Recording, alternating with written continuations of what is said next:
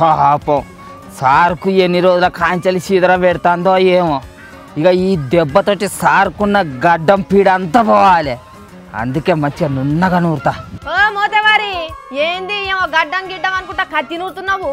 కొంపదీసిది Uttam sir గడ్డం గురించి అయితే కాదు కదా. ఉత్తమ్ సార్ కోసమే పిల్ల.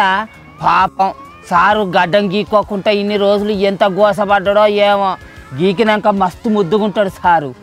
ఇక దేశం మీద మంగళన్న లేరని నీకే ఫోన్ చేసిండా సార్ గడ్డం గురించి? ఎందుకు తాత లేని పని ముచ్చట్లలో ఏలు పెడతావు?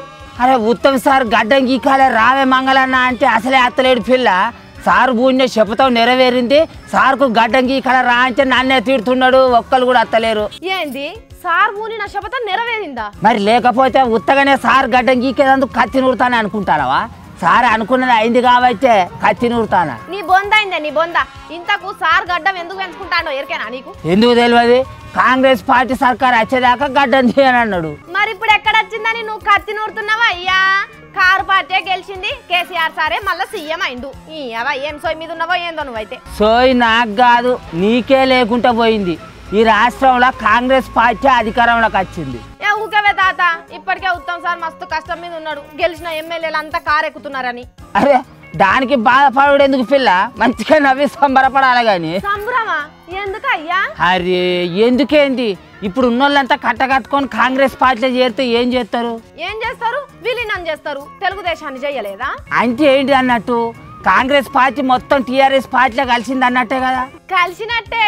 అందుకే కదా అనే తాత ఉత్తమ్ సార్ మస్తు బాధపడుతున్నాడట. పార్టీని అధికారంలోకి దేనైతిని ఉన్నోళ్లకు ధైర్యం చెప్పి ఆపకపోతుంటుంది అని మస్తు రంది పడుతున్నాడట. ఏ సార్కి ఏం తెలుస్తలేదు.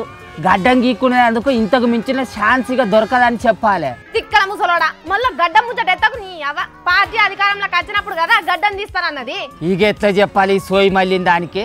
కాంగ్రెస్ పార్టీ విలీనం అయిందంటే అధికారంలో కాంగ్రెస్ పార్టీకి బాగా ఉన్నట్టే కదా. అర్థం కాలేదే తాత. అందుకే నీది కోడి మీద అని చెప్పేది. కానీ కాంగ్రెస్ పార్టీ ఎమ్మెల్యేలంతా అధికారంలో ఉన్నప్పుడు కాంగ్రెస్ పార్టీకి అధికారం వచ్చినట్టే కదా.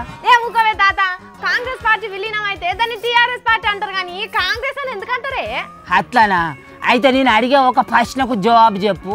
మరి కాంగ్రెస్ పార్టీ అని దేన్ని అంటారు? ఉత్తమ్ సార్ ఉన్న పార్టీని కాంగ్రెస్ పార్టీ అని అంటారు. హగా కాంగ్రెస్ పార్టీని టీఆర్ఎస్ పార్టీలో విలీనం చేసినాక ఇంకా కాంగ్రెస్ పార్టీ అని ఎత్త పిలుస్తారే శివఖాలదానా? ఓ ముసలోడా నీ ముచ్చటేమో కానీ నన్ను తిట్టుడు ఎక్కువైతున్నా నీకు.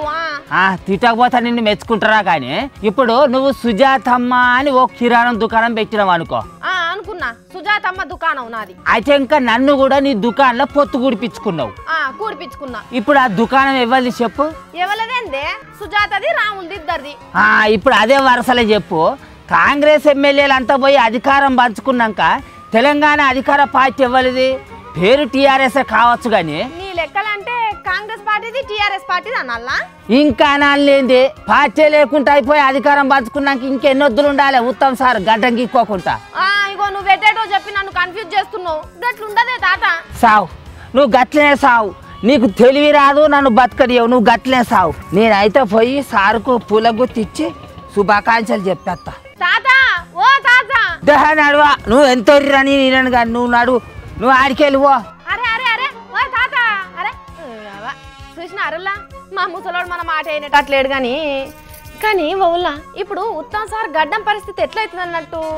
వాళ్ళ పార్టీ విలీనం అయితే కడమ కాంగ్రెస్ పార్టీ లీడర్ల పరిస్థితి ఏంది కావచ్చు? మస్తు చిత్రంగా ఉన్నది కదా ఆలోచిస్తుంటే.